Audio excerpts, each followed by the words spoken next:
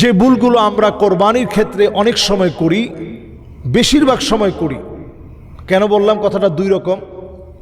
আমরা দেখা যায় বাংলাদেশে বেনামাজি, নামাজি, ঘুষখোর, সুদখোর সব একে একাকার হয়ে কোরবানি করি। এই কাজটা করবেন না। আপনি যদি সামর্থ্য না থাকে একটা ছাগল আপনি কোরবানি দিচ্ছেন, অসুবিধা নেই তো।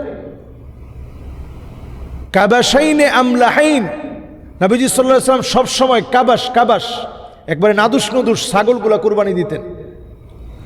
তো আমরা এইটা কোরবানি দিব। আমরা দুম্বা একসময় কোরবানি দেওয়া হতো, এখন তো আমাদের দুম্বার ওরকম প্রচলন নাই, আরব দেশে দেওয়া হয়।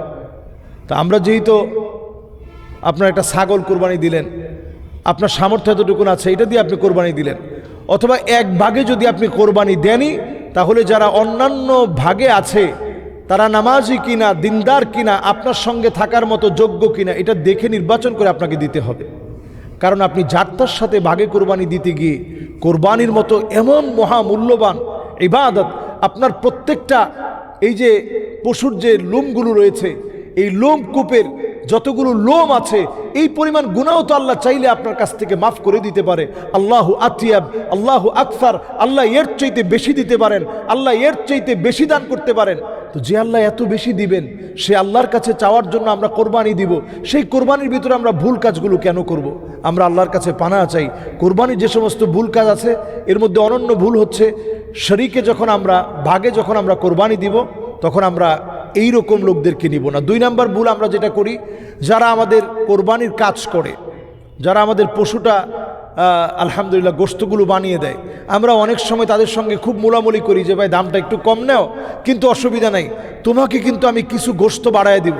1 কেজি গোশতের দাম কিন্তু 1000 টাকা, আর কোরবানির গোশত আমি তোমার 5 কেজি গোশতের ব্যবস্থা করে দিব না, সুন্দর করে একটু বানায় দিও, চাপাটি দিয়ে একটু কুবাই দিও। তো এই যে আপনি কথাটা বলে দিলেন, ওই লোক যদি ওইটা শুনে, টাকার জন্য না বরং টাকা একটু কম নিয়েছে কারণ গোশত 5 কেজি পাবে, আর আপনিও তাকে এইভাবে কথাগুলো দিয়েছেন, এই কথা দিয়ে যদি আপনি আপনার পশুর কোরবানির গোশতের কাজ করান, তাহলে ওই কোরবানি আল্লাহর কাছে গ্রহণ হবে না, হবে না, হবে না। এই জন্য এই কাজটা সতর্কতার সাথে এটা থেকে আপনি দূরে থাকেন, আমাদের সমাজের মানুষকে সতর্ক করেন।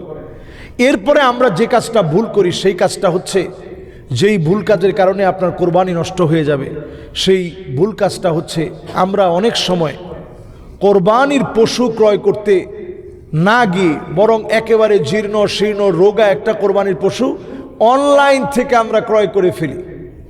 নাহা রাসূলুল্লাহ সাল্লাল্লাহু আলাইহি সাল্লাম, নবীজি সাল্লাল্লাহু আলাইহি সাল্লাম পরিষ্কার নিষেধ করেছেন, মুকাবালা আউল মুদাবারা, যেই পশুটা সামনের দিকে হেঁটে আসতে পারতেছে না, অথবা কোরবানির জায়গা থেকে পিছনের দিকে যেতে পারতেছে না, সামনে পিছনে হাঁটতে পারতেছে না, খোঁড়া হয়ে গেছে।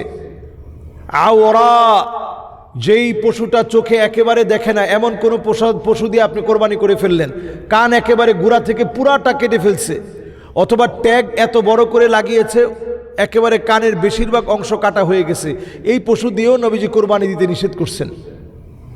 এরপরে যেই পশুর বয়স পূর্ণ হয় নাই, এমন পশু দিয়ে যদি আপনি কোরবানি করেন, তাহলে আপনার কোরবানি আল্লাহর কাছে কবুল হবে না। এজন্য দাঁতগুলো দেখবেন, দাঁতের একটা বয়স আছে। এটা যারা এলাকার পরিপক্ক ভালো ব্যবসায়ী আছে, তারা নিজেরা কিন্তু কখনো মিথ্যা বলে না, তাদের কাছ থেকে দেখায় প্রয়োজনে আপনি গরু কিনবেন। অনেক সময় আমরা বিভিন্ন জাতের গরু দেখি, দেখতে দেখা যায় একেবারে ছোট এই জাতের, বাছুরের মতো মনে হয়, কিন্তু তার ঠিকই দাঁত উঠছে। এখন দাঁত উঠছে কি উঠে নাই সেটা নিশ্চিত করে এরপরে আপনি কোরবানির পশু ক্রয় করেন।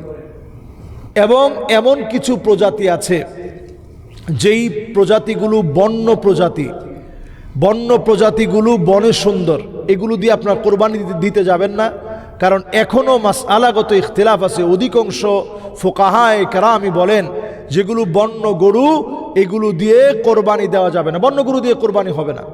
তো বন্য গরু দিয়ে যদি কোরবানি না হয়, তাহলে আপনি এই জাতীয় গরু খোঁজা দরকার কি? আমাদের দেশীয় যে গরুগুলো আছে, সেই গরু, সে মহিষ, সে দুম্বা, সেই ভেড়া, সেই উট, এগুলো দিয়ে আমরা কোরবানি দেওয়ার চেষ্টা করব। আল্লাহ আমাদেরকে তৌফিক দান করুক।